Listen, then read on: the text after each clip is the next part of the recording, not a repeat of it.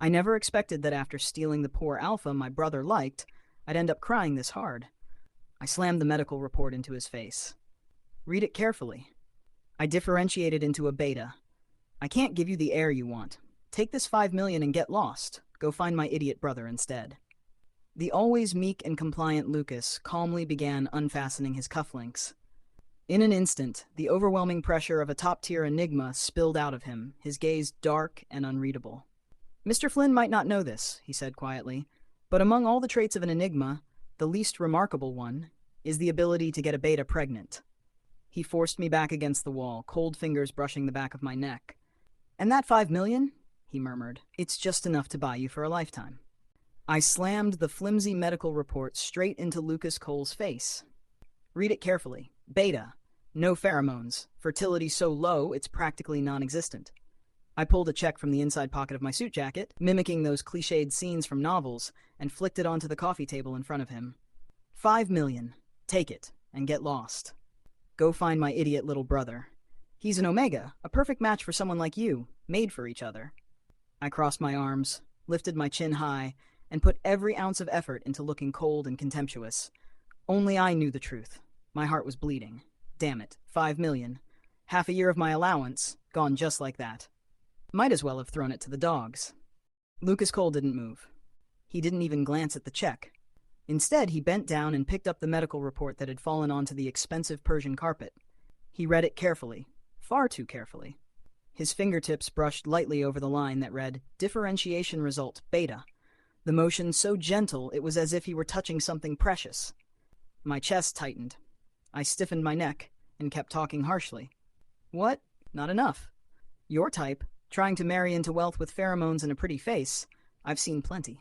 My brother's naive. You can fool him if you want. But trick me? Not a chance. Now I'm useless. I've got nothing you want anymore. Take the money and leave. Stop disgusting me by staying here. The harsher my words became, the more panic clawed at my chest, because I was afraid. Afraid that he'd really nod, take the money, and walk away. And that the last shred of my pitiful pride would shatter into dust for good. Lucas finally finished reading. He folded the paper once, then again. Carefully, almost reverently, he slipped it into the breast pocket of his shirt right over his heart.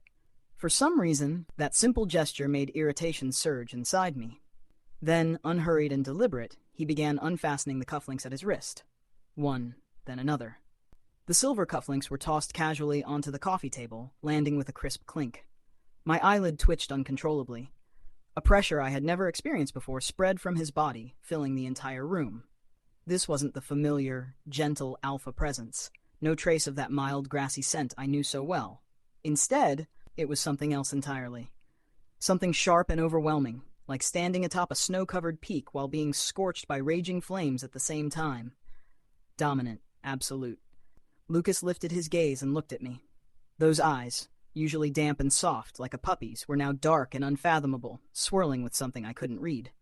Mr. Flynn, he said quietly, his voice low but carrying an undeniable force, I think you've misunderstood a lot of things. He took one step closer. I retreated instinctively. He curled his lips into a smile, but there was no warmth in it. For example, he said softly, what I've wanted was never your pheromones, nor was it the Flynn family's inheritance. My mind buzzed loudly, then went completely blank. He wasn't after my family background? Not my S-rank alpha genes either?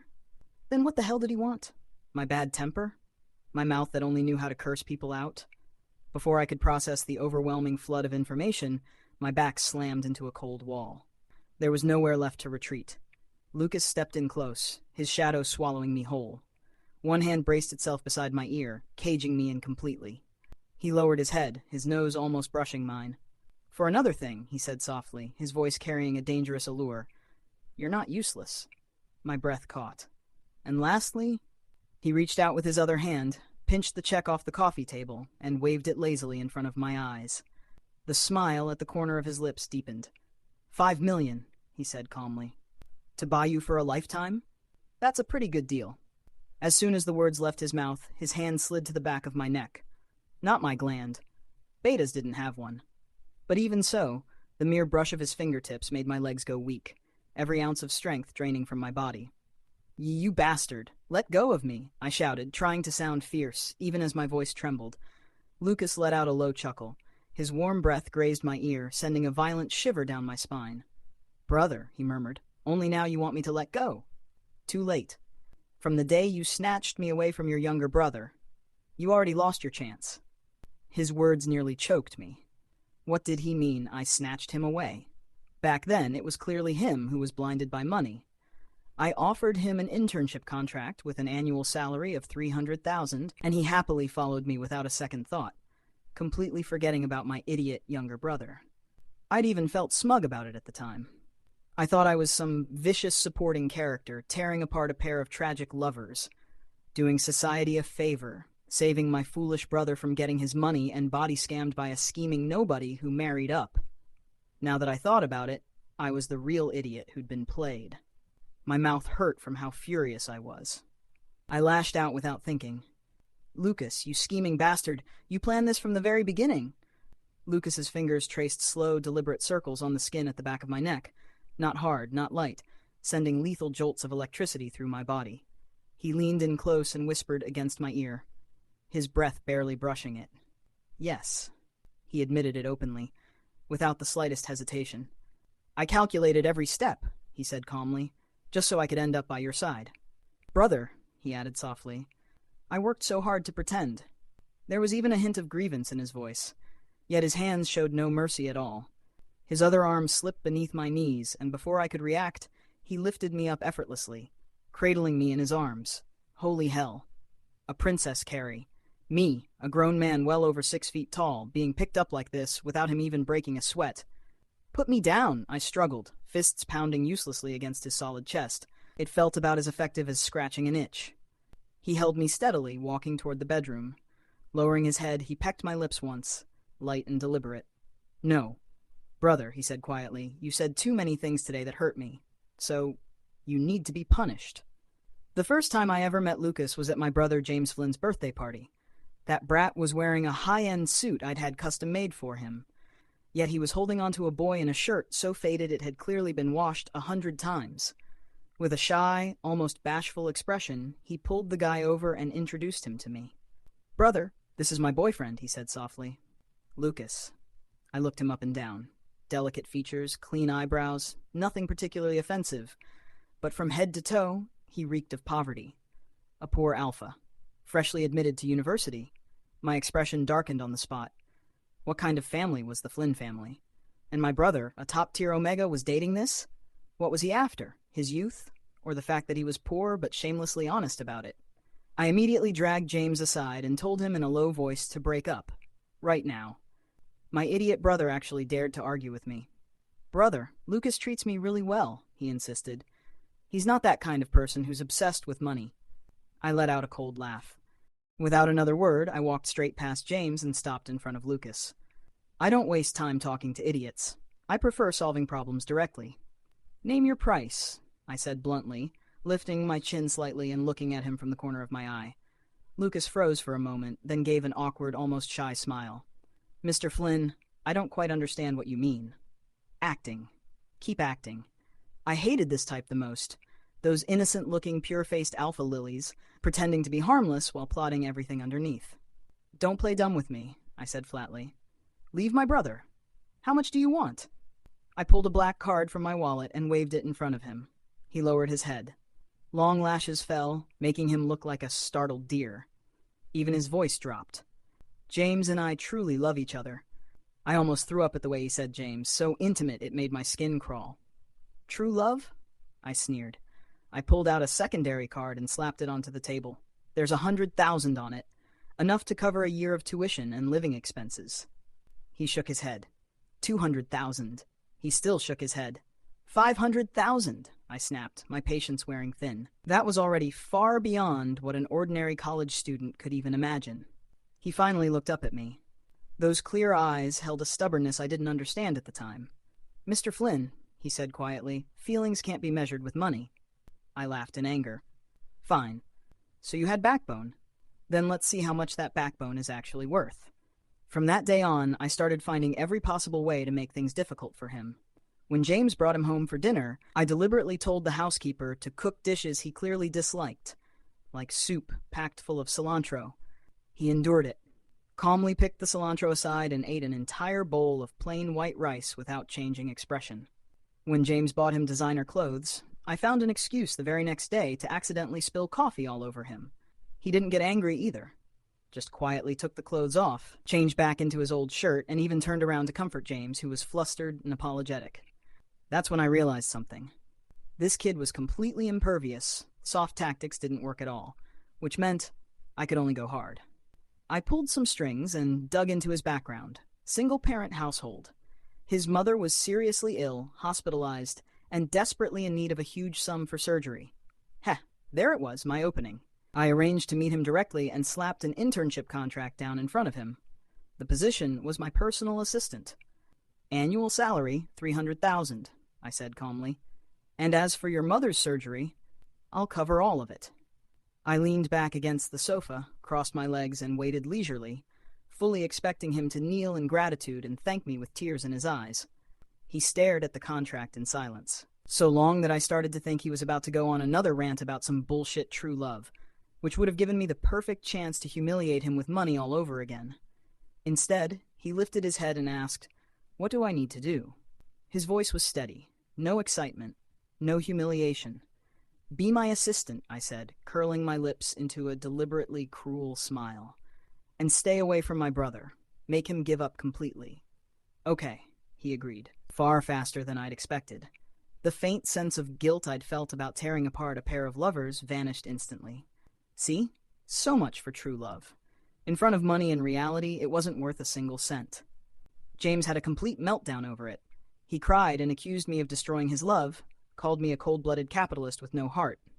I told him mercilessly, "An alpha who's willing to abandon you for money isn't worth crying over." After that, I brought Lucas home. Officially, it was for convenience, so he could be on call 24 hours a day. In reality, I wanted him close. I wanted to observe this so-called Phoenix man up close, see what tricks he was really playing. And while I was at it, torment him, humiliate him, make him understand that the food of the elite wasn't so easy to swallow. I made him pour my tea and fetch my water, knead my shoulders and massage my legs. I made him drive to the old century-old shop in the west of the city in the dead of night, just to buy me a fresh batch of crab roe buns straight out of the oven. I made him wear a custom-made suit worth tens of thousands and kneel on the floor to polish my shoes. He did everything, without complaint. Always that same gentle, obedient expression. There was even a faint smile at the corner of his lips. Sometimes, when I looked at his excessively handsome face, an absurd thought would creep into my mind. It felt like I wasn't raising an assistant at all, but kept man. The thought sent a chill through me. I had to be losing my mind. To get rid of that ridiculous thought, I only pushed things further. I deliberately ordered him around in front of my friends, treating him like a high-class servant. I watched as those so-called friends of mine forced alcohol down his throat, teased him with frivolous words, asking things like, "So how much does Mr. Flynn pay you a month, huh? You're awfully obedient." I thought he'd push back, thought he'd get angry, at the very least show a hint of embarrassment. But he didn't. He just drank every glass they handed him. And when I looked over at him, he gave me a quiet, reassuring smile, as if telling me I'm fine. At that moment, my heartbeat skipped. I started to feel restless. Things were slipping out of my control. Especially when I realized that my idiot brother still hadn't given up on him. Showing up at the company every few days, asking after him, fussing over him. It irritated me to no end. A strange, indescribable sense of possessiveness began to rise from deep inside my chest. This alpha. I paid for him. Even if I decided I didn't want him anymore, no one else had the right to touch him. That day, James came to the company again, blocking the entrance and refusing to leave. I called Lucas straight into my office. Right in front of him, I locked the door. "Take your clothes off," I ordered, my voice cold enough to freeze over. Lucas froze. A suspicious flush crept across his pale cheeks. "Mr. Flynn, did you suddenly forget how to understand human language?" I tugged at my tie and stepped closer, looking down at him from above. "I'm inspecting the goods." I even gave myself a pathetic excuse. "I want to see whether the $300,000 I'm paying you is worth it." His breathing faltered for a brief second. He lowered his gaze, long lashes trembling like the wings of a butterfly. Then he raised his hands. One button at a time, he began to undo his shirt, revealing a lean, well-defined chest and clearly sculpted abs. His body was damn good. My Adam's apple rolled unconsciously. I forced myself to look away, afraid my expression would betray me. "Pants, too," I said, my tone even colder, using cruelty to cover my momentary lapse. His body stiffened, but he still obeyed. When he stood in front of me, wearing nothing but a pair of plain black briefs, I felt the temperature in the office spike. And right then, from outside the door, came the sound of frantic knocking. "Brother," James shouted, "what are you doing to Lucas? Open the door." I curled my lips into a smile, one of pure, calculated satisfaction. Then I shoved Lucas hard against the cold, frosted glass door, and leaned in to kiss him. Calling it a kiss would be generous. It was more like a bite, punitive, aggressive, laced with the unmistakable intent to claim. His lips were soft, carrying a faint sweetness like fresh grass.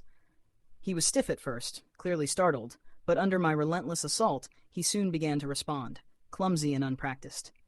The pounding on the door grew louder. Outside, James's voice cracked, thick with panic and tears. "Brother, what are you doing to Lucas?" "Open the door." Inside the office, Lucas and I were locked together, inseparable. On the glass door behind us, two blurred shadows tangled tightly, indistinct yet unmistakable. Until I tasted blood. I pulled back. His lip, bitten open by me, was swollen and red, an angry, vivid mark. A twisted sense of satisfaction rose in my chest. "From today on," I said coldly, "you belong to me. You are not to have anything to do with James anymore." I wiped the blood from his lips with my finger, my tone absolute, leaving no room for defiance. He was breathing hard, his eyes impossibly bright, as if filled with starlight. He nodded firmly. "Okay." From that day on, our relationship was no longer the same. I started treating him as my personal possession. We did everything couples do, and sometimes even more than couples should. I indulged in his young body, indulged in the clean, grassy scent of his pheromones, indulged in the way he yielded to me in everything, gentle and compliant. I kept telling myself it was just for fun, just an alpha chasing wealth. That was all he was. Once I got bored, I'd kick him aside without hesitation. I even planned it out.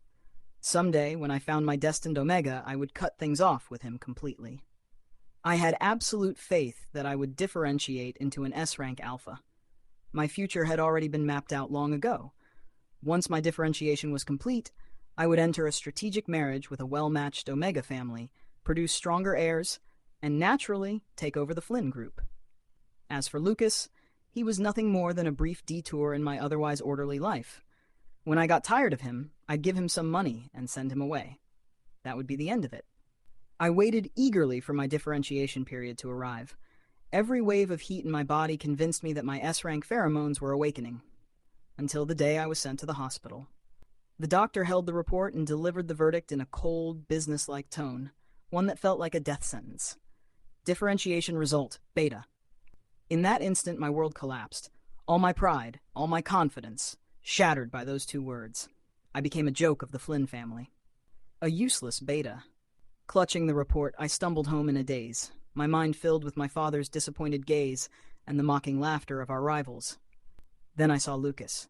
He was wearing an apron, busy in the kitchen. The moment he spotted me, he smiled and walked over. "Brother, you're back," he said warmly. "I made the soup you like." And in that instant, all the humiliation, rage, and unwillingness inside me finally found an outlet. I had to drive him away. Before he could look at me with the same eyes everyone else would, eyes that saw me as worthless. I needed to get rid of him first. I needed to preserve the last shred of my pathetic dignity. And that's how the opening scene came to be. He threw me onto the soft bed, my body sinking deep into the mattress. Before I could react, he leaned over me, bracing his hands on either side of my body, caging me incompletely. "Lucas, are you out of your mind?" I struggled wildly, but I couldn't shake him at all. "I'm a beta. This is impossible. We are impossible." "Why is it impossible?" He lowered his head, his scorching lips pressing against my collarbone, sending a jolt of electricity through me. "A beta can't mark an alpha, and an alpha can't mark a beta. That's common knowledge." I almost shouted, trying to drag him back to reality with logic and science. He lifted his head. Those dark eyes stared straight at me, something nearly unhinged churning inside them. An obsession I couldn't comprehend. "Brother," he said quietly, "that only applies to ordinary alphas." He brushed his tongue lightly over my lips, his voice hoarse beyond control. You probably don't know this, he continued, but among all the traits of an Enigma, the least remarkable one is the ability to get a beta pregnant. My mind shut down completely. Enigma? That existence spoken of only in textbooks and legends. The supreme being that stood above all alphas? Him? This poor student who had played the obedient subordinate in front of me for half a year? You're lying to me. My voice trembled uncontrollably. He let out a low laugh. The vibration of his chest traveled straight into mine through our pressed bodies. Whether I'm lying or not, he murmured, you'll find out very soon. His hands slid toward the last barrier between us. Panic exploded inside me. Lucas, don't do anything stupid. I'm not ready. Not ready? He bent down, whispering into my ear, every word burning hot. Brother, he said softly, I've been ready for 3 years. That night, I finally understood just how terrifying a top-tier Enigma could be. He was nothing like the gentle, obedient puppy I'd thought I knew. He was a beast, one that had been lying in wait for far too long. Dominant, overbearing. Driven by an irresistible, possessive hunger. He pushed me to the brink again and again. I cried and begged for mercy more times than I could count, my voice growing hoarse. Yet he kept calling me brother in the softest tone, while using the most ruthless force to claim me, as if he wanted to tear me apart and swallow me whole. At the very end, when my consciousness was already slipping away, I felt a sharp, piercing pain at the back of my neck. A completely unfamiliar pheromone, aggressive, overwhelming, was forced into my body. That was an Enigma's mark. My whole body shuddered, and everything went black. When I woke up again, it was already noon the next day. I moved slightly, and felt like I'd been run over by a truck, over and over again. My entire body ached as if it were falling apart, especially a certain unspeakable place, burning hot enough to make me suck in a sharp breath. Beside me, Lucas was still fast asleep. One of his arms was wrapped possessively around my waist, locking me firmly against his chest. I stared at his defenseless, sleeping face, my emotions tangled beyond words. So, he'd been planning this for 3 years? That level of calculation was terrifyingly deep. I carefully lifted the blanket, trying to slip out of bed to get a glass of water. The moment I moved, the arm around my waist tightened. He pulled me back against him, his nose brushing lightly against the back of my neck. Brother, sleep a little longer, he murmured with his eyes still closed. His voice was hoarse from sleep, lazy and unhurried. Sleep my ass, I snapped, slapping his hand away. Get up right now and explain yourself properly. Only then did he slowly open his eyes and look at me. There was a deeply satisfied smile in them, like a cat that had successfully stolen a bite of fish. What does brother want to know? Everything. I glared at him through clenched teeth. Who are you really? Why did you get close to me? You'd better explain every single thing, clearly. He sat up, and the silky blanket slid down his body, exposing his chest and shoulders, covered in scratches and bite marks. All of them. My doing. My face burned. I looked away awkwardly and hurriedly pulled the blanket back up to cover him. He chuckled softly, then reached for his phone on the nightstand. Opening the photo gallery, he handed it to me. In the photo was a young man in a white shirt, standing at a university podium, backlit by the sun, confident, radiant, dazzling. That person was me. 3 years ago, Lucas's voice came from above me, carrying a trace of nostalgia. You came to our university to give a lecture. Downstairs, in that auditorium. I remember thinking. He paused, then smiled softly. How could there be someone so good-looking in this world? His voice was gentle enough to melt, but it sent chills straight down my spine. He leaned closer, lowered his head, and whispered into my ear, his voice meant for me alone. So I thought. I had to make him mine, no matter the cost. I froze. The background in the photo really was the design building of my alma mater. During my senior year, I'd been invited back as an outstanding graduate to give a lecture, sharing my startup experience with the students, but I had absolutely no memory of him being there. Back then, the auditorium had been packed, rows upon rows of students, hundreds of unfamiliar faces. So, from that moment on, you already... I hesitated, finding it hard to believe. You were already thinking like that? He wrapped his arms around me from behind, resting his chin on my shoulder, rubbing against me like a large dog. Love at first sight. After that, I studied like my life depended on it. I got into this university just so I could be a little closer to you. I learned everything about you, what you like, what you hate. I knew you doted most on your younger brother, James. I also knew that with my status, if I appeared in front of you directly, you wouldn't even spare me a glance. So I had no choice but to use the clumsiest method and the most effective one. First, get close to him, then make you notice me. Even if, he added softly, it meant doing so in a way that made you hate me. There was a strange sense of inevitability in his voice, as if everything he'd done had been only natural, only right. I fell silent. So the whole evil supporting character tearing apart a pair of tragic lovers act I'd imagined from the very beginning was nothing more than a play he'd written and directed himself. What I thought was my own sense of control was actually a trap he'd carefully laid out, waiting for me to step into it one move at a time. All my deliberate harassment and humiliation, to him they were probably nothing more than sweet interactions. Foreplay. A twisted kind of affection, that scheming bastard. Fuming, I turned around and punched him in the chest. "Lucas, you're a damn genius," I snapped. "The Oscars owe you a gold statue." He caught my hand, lifted it to his lips, and pressed a gentle kiss against it. His eyes were full of laughter. "As long as I get you, brother," he said lightly, "I'll do anything." Smooth-talking jerk. I pulled my hand back, but strangely the anger in my chest had already faded. There was even a hint of satisfaction. Being loved with this much calculation and obsession, somehow it didn't feel so bad.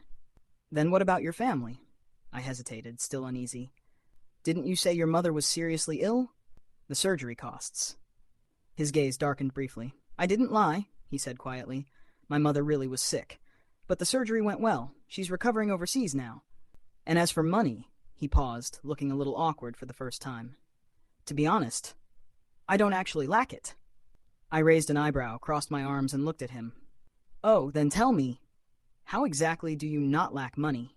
He scratched the back of his head awkwardly, looking like a big boy who'd been caught doing something wrong. "My dad is the chairman of the Shen Group." The air froze instantly. "The Shen Group?" "That Shen Group. The one that's been locked in a brutal business war with the Flynn family, the kind where both sides want nothing more than to grind the other into the dirt? Holy hell. That was a lot to process. I could practically feel my brain overheating. "So," I said slowly, my voice drifting, "you're the Shen family's only son, the future heir." He nodded obediently. "Then you came to my side and worked as a little assistant, pouring tea, fetching water, massaging my shoulders. Does your father know about this?" "He doesn't," Lucas said calmly. "I told him I went abroad to study." "You," I pointed at him but couldn't get a complete sentence out. What kind of absurd situation was this?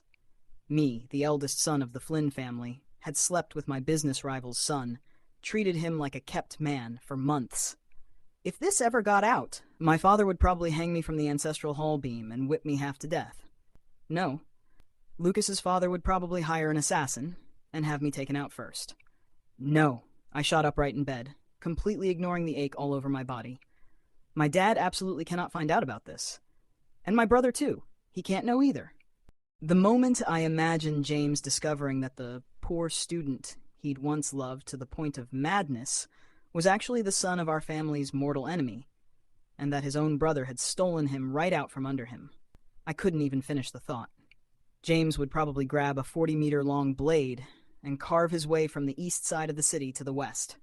Lucas watched me pacing frantically around the room, panic written all over my face, and couldn't help laughing. He pulled me back into his arms, patting my back soothingly, like he was calming down a cat with its fur standing on end.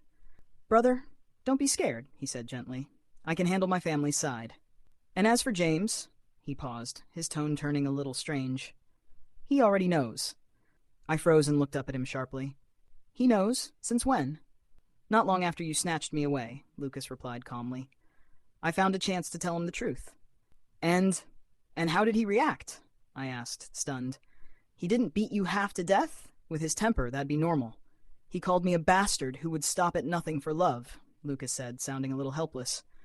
"And then he wished us happiness." I opened my mouth and then closed it again. My idiot brother really did think differently from normal people. So in the end, out of this entire family, I was the only one left in the dark, playing a ridiculous one-man show for half a year, like a complete fool? The more I thought about it, the angrier I got. The more wronged I felt. I opened my mouth and bit down hard on his arm, leaving a very clear set of teeth marks. Hiss. He sucked in a sharp breath, but instead of pulling away, he held me even tighter. "Brother, feel better now?" he asked softly. Want to bite me again? No, I snapped viciously. This isn't over. Just you wait. He chuckled lowly, tightening his embrace, his chest vibrating beneath me. All right, not over. We've got a whole lifetime, he murmured, plenty of time to settle accounts slowly. His warm breath brushed against my neck, right where the Enigma's mark still throbbed faintly, hot and tender. My body went weak, and before I could react, he pressed me back down onto the bed. Hey, Lucas, it's broad daylight. What are you doing? Are you a dog or something? Doing what I'm supposed to do, he replied vaguely, his words blurred as soft, lingering kisses fell.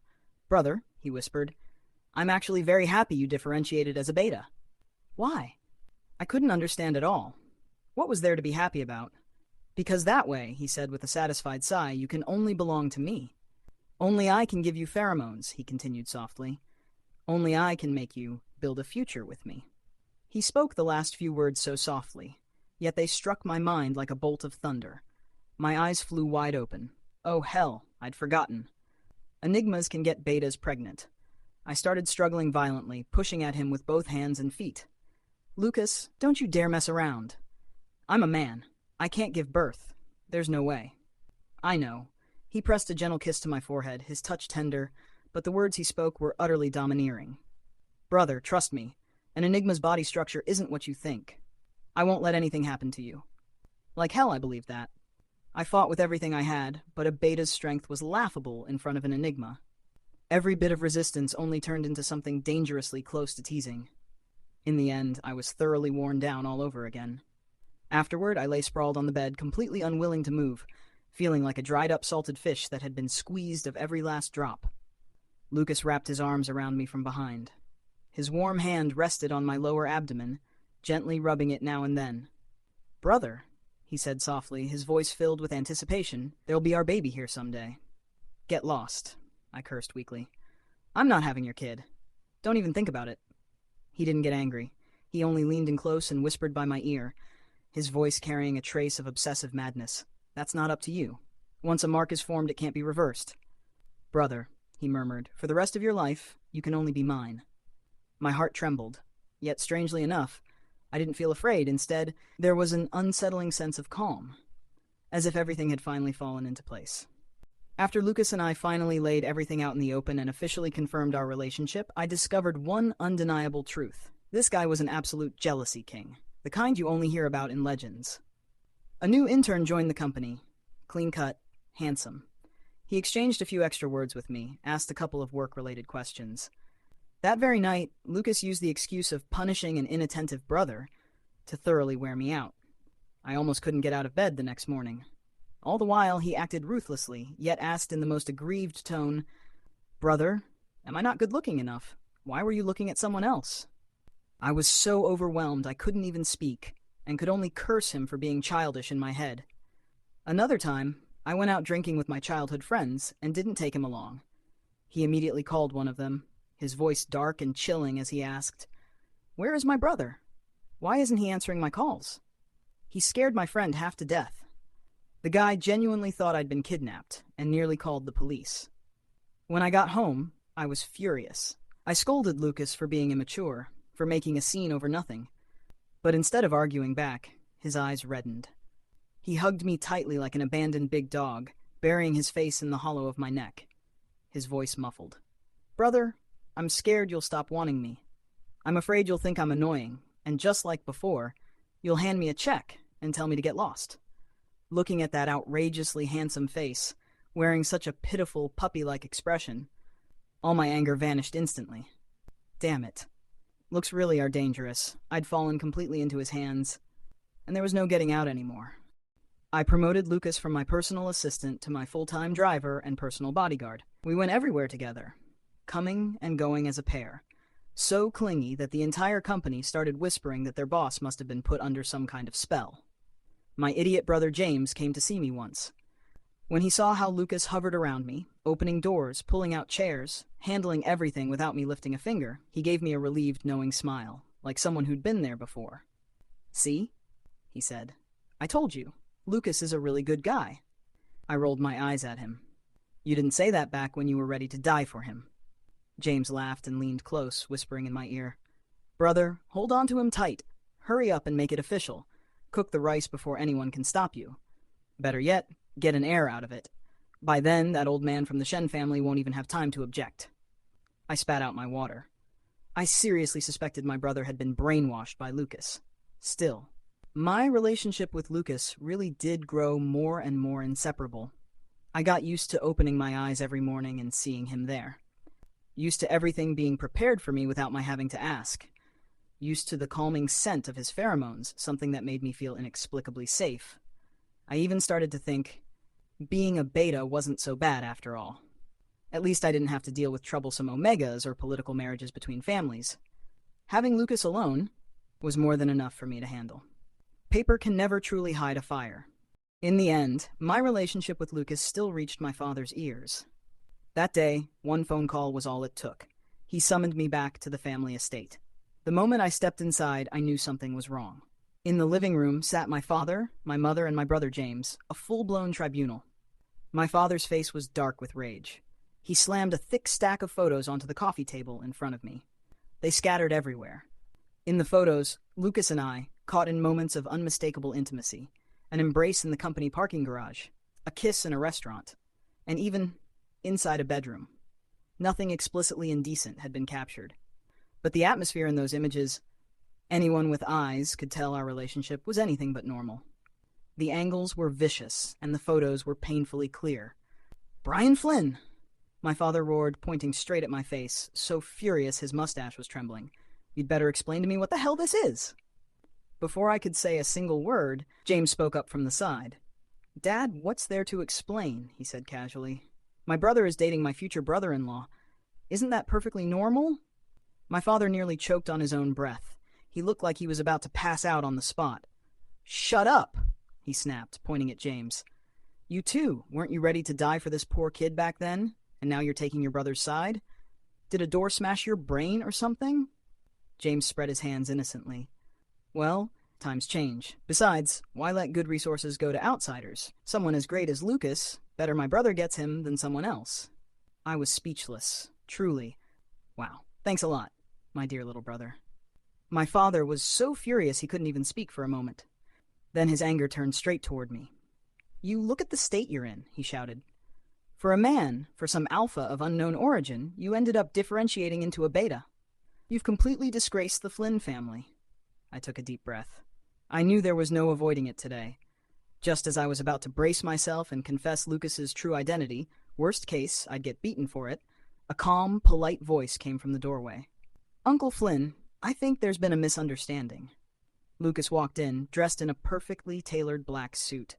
Behind him stood a middle-aged man with an overwhelming presence. I'd only ever seen that man on the front page of financial news. The chairman of the Shen Group, Lucas's father, George Shen. The moment my father saw him, his pupils dilated. He sprang up from the sofa. Chairman Shen," he stammered. "What brings you here?" George Shen ignored him completely. Instead, he walked straight up to Lucas and raised his hand. Smack. The sound was sharp and loud. Both Lucas and I froze. What the hell? What kind of scene was this supposed to be? Lucas covered his rapidly reddening cheek, staring at his father in stunned disbelief. "Dad, you what?" George Shen snapped, pointing at him in fury, looking like he wanted to knock some sense into him.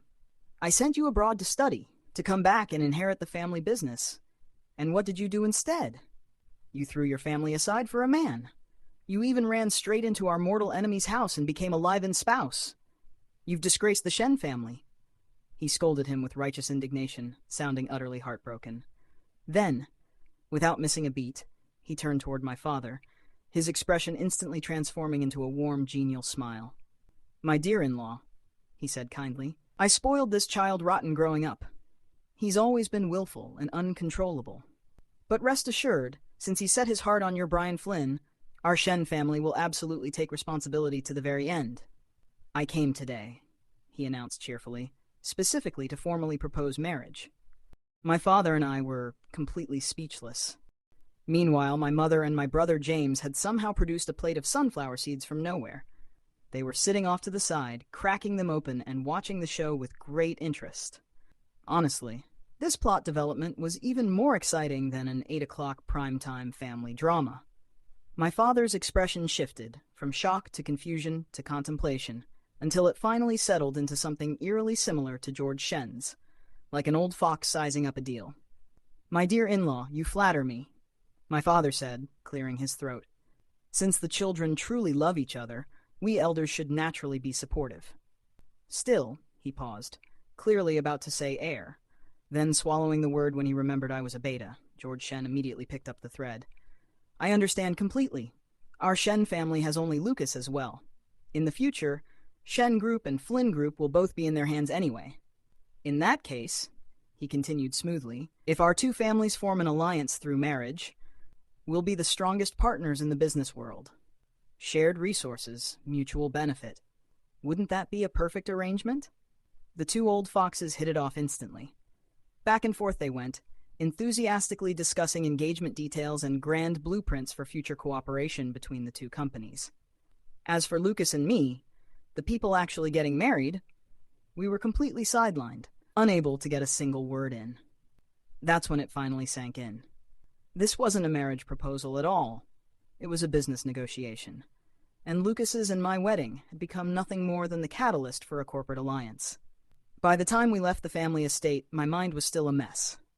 In the span of a single afternoon, I'd somehow gained a fiancé, and as a bonus, single-handedly brokered a historic reconciliation between two families who'd been at each other's throats for decades.